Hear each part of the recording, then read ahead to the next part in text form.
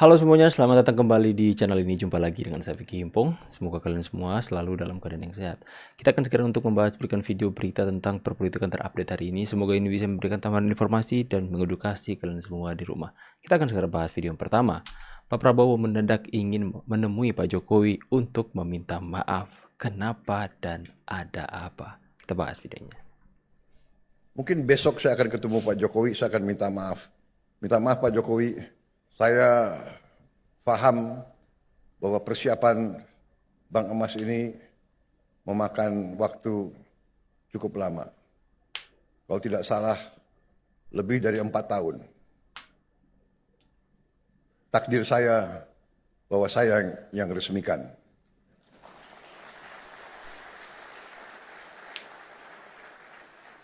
Sekali lagi, saya harus ucapkan terima kasih Pak Jokowi.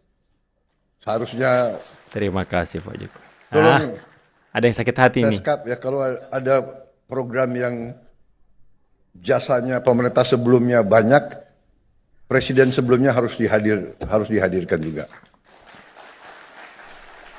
Mungkin besok saya akan ketemu Pak Jokowi, saya akan minta maaf. Minta maaf Pak Jokowi, Bapak yang bekerja keras dengan menteri-menteri Bapak. Saya yang meresmikan. Padahal menteri-menteri Bapak banyak yang saya pakai juga. Kalau sudah timnya bagus, ya kan? Ngapain Kenapa harus diganti? diganti, gitu. Yes, good job. Benar nggak? Inilah teman-teman ya, contoh pemimpin yang memberikan teladan, ya, tidak mau mengambil banyak pujian atas kerja keras orang lain. Dia mengakui bahwa ya dia mempunyai takdir untuk meresmikan program yang sudah dikerjakan bersama dengan Pak Jokowi, bersama dengan para menterinya dengan susah payah. Makanya Pak Prabowo mau ke sana untuk minta maaf. Maaf Pak, saya yang meresmikan. Karena saya tahu ini adalah kerja keras Bapak. Ini luar biasa. Tunjukkan sifat kerendahan hati dari seorang Pak Prabowo Subianto. Luar biasa teman-teman ya. Nggak banyak orang yang bisa seperti ini. Luar biasa. Pasti ada lagi yang sakit hati dan menimbulkan opini-opini sesat ini tengah-tengah masyarakat soal Pak Prabowo dan Jokowi ya. Kan apa gue bilang koruptor itu dihukum mati, sahkan hukuman Ya, mati untuk mana koruptor, Mahasewa? benar nggak? Apa itu HAM untuk orang-orang seperti ini? Kalau perlu keluarganya juga dibersihkan semua. Ini lagi kocaknya nih, bisa-bisanya mereka diperbolehkan untuk menggunakan masker seperti ini. Tunjukin ke rakyat mukanya. Tugas siapa nih? Polisi kah? Jaksa kah? Kok beleku banget membiarkan mereka menggunakan masker seperti ini? Yang kemarin merugikan negara hingga 300 T, yang ini hampir 200 T, kalian bayangkan. Dan orang-orang seperti ini 900 T, dihukum Pak. hanya 20 tahun penjara. Nggak cukup, bener nggak? Kira-kira menurut kalian apalah hukuman yang pantas buat koruptor-koruptor seperti ini? Kalau gue pribadi nih ya, ini nggak cuma mereka aja, sekeluarga harus beres. Dan tahu nggak kalian, dalam kasus ini masyarakat bisa ikut tuntut ganti rugi di kasus korupsi Pertamina. Karena apa? Merusakkan kendaraan kita. Pantesan aja banyak kendaraan yang rusak. Karena apa? Mendapatkan bahan bakar yang tidak sesuai dengan nilai oktan. Udah, kalau udah kayak gini, mana lu mahasiswa turun nggak lu? Turun nggak kalian? Bisa nggak? Ya nggak mau lah kalau nggak dibayar, ya nggak? Ya nggak? Kira-kira apa? Nggak mau lah kalau nggak dibayar, benar sekali. Ini kan mereka bukan mahasiswa. Dia bang kalau ketemu sama Samsul abang salaman apa? Iya, sebagai tugas pemerintahan ya wajib. Iya. Jadi kalau wapres datang ke Wajib. abang kalau Kan fair dong. Iya, Mas Gibran datang nanti abang akan bang Ya, samperin. wajib kita sambut, Pak. Ya, kalau nanti sebagai Mas Gibran juga ngasih materi, abang Ya kita yang mendengarkan dan Abang akan menyimak. akan interupsi atau enggak bang? nah, kalau di Ini seru nih. Kalau lagi retreat, ya apa yang diinterupsi kan? Ya, paling kan kita menyimak. catat. Oh, iya catat, men. Enggak, kalau ada kesempatan nanya misalnya Yo, iya. saya Mas Wapres ya. Oh. Oh, saya lihat ada kawan saya. Coba sahabat kasih fotonya dulu. Yo, iya. Mana Mas Wapres? Iya. Ya, ada, Bos. Itu. Nanti. Ini penting nih. Ya kan? Iya. Ya. Taruh situ kan, ya kan? Mari sini. Ya. Iya, Pak. Masuk aja lah. Malu kau ya. Rakyat loh ini. Mas Budi. Itu kan dulu teman-teman. Mas Budi itu merah itu loh. Waktu itu masih merah dia. Iya.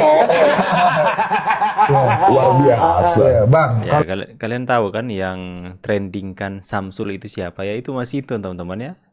Itu mengejek habis-habisan Gibran itu. Gibran itu dianggap enteng, dianggap anak kemarin sore yang ikut pilpres jadi cawapres teman-teman ya. Itu mereka menganggap Gibran itu seperti apa ya? Begitu hina di mata mereka, makanya mereka itu dari orang-orang PDIP, khususnya Mas Hinton ini, ketika Gibran salah ucap soal asam sulfat, makanya dia viralkan soal Samsul, ayo Samsul. Sekarang jadi bawahan Samsul. Jadi bawahan Samsul nggak tuh? Oke, itulah teman-teman ya. Itu akan mendapatkan karmanya. Permalukan nggak sekarang? Yang pasti 190 triliun itu 1 tahun itu. 1 tahun. Jadi nanti pelaksananya ini nanti 5 tahun. Jadi mulai Bisa tahun sampai 900 2018 triliun. sampai 2023. 5 tahun, silahkan aja hitungnya berapa. Ada penambahan. Nah, itu kan disampaikan langsung teman-teman. Silahkan hitung saja berapa itu. Kalau semuanya sudah ketemu 1 tahun saja 193 triliun dan yang akan diusut ini 5 tahun, kalian bisa kalikan teman-teman. Itu 900 miliar lebih kerugian negara. 900 bukan miliar, 900 triliun. Kalian bayangkan nggak teman-teman? 900 triliun itu adalah skandal mega korupsi terbesar yang pernah ada dalam sejarah Indonesia. 900 triliun. Yang dirugikan siapa? Masyarakat luas, masyarakat Indonesia. Negara itu mau apa kalau sudah begini? Hukum apa yang lebih pantas kepada mereka? Maka kata abang tadi itu hukum mati teman-teman ya. Itu karena mengekspresikan rasa marah yang ini besar sekali nilainya 900 triliun. Wow. Mana lo mahasiswa? Mahasiswa. Berani nggak turun ke jalan untuk demo secara khusus undang-undang perampasan aset? Ya nggak mau lah, orang gak ada dorongannya. Kalian gak usah kaget guys. Apa tuh bagi-bagi duit ini yang baru-baru nih? Ya mana mau mereka demo sahkan undang-undang perampasan aset. Mana mau lah. Tuh ya. Orang yang ngasih makan mereka tuh orang kelompok yang paling banyak koruptornya. Peringatan darurat, entah apa yang darurat. Indonesia gelap, entah apa yang gelap. Coba kalian pikirkan. Hidup mereka yang gelap, Bang. Dugem kan. Perampasan aset ini sudah disahkan, ya. Koruptor ini bakal gigit jari. Tapi kalian malah menolak efisiensi. Ya nggak terima lah koruptor dibayarnya kalian. Ini nih waktu yang tepat sekali lagi nih. Waktu yang paling tepat untuk men-trigger sahkan undang-undang perampasan aset. Mau nggak? Atau kalau nggak bisa kalian demo lah. Sahkan hukuman mati untuk para koruptor. Itu baru aku bangga. Kalau demo-demo nggak jelas yang udah... Ya, kita tinggal tunggu nanti teman-teman ya. Bagaimana langkah para mahasiswa itu? Apakah mereka benar-benar hanya mahasiswa atau benar-benar pure mau mewakili keresahan rakyat Indonesia? Mana kalian ya? Saya bisa pastikan mereka nggak akan bersuara. Mereka akan diam 1000 bahasa. Indonesia gelap dari koruptor nih. Coba kalian tuntut undang-undang untuk melaksanakan hukuman seberat-beratnya kepada para koruptor. Mana? Itu saja kalian diam. Itu dibayar. Kalau dibayar baru mereka bergerak. Ya teman-teman. 2015 ada inisiatif Jokowi dari ini. DPR untuk memasukkan revisi RUU KPK ke prolegnas. Coba dilihat lagi. Dan saat itu terjadi ketidaksepakatan antara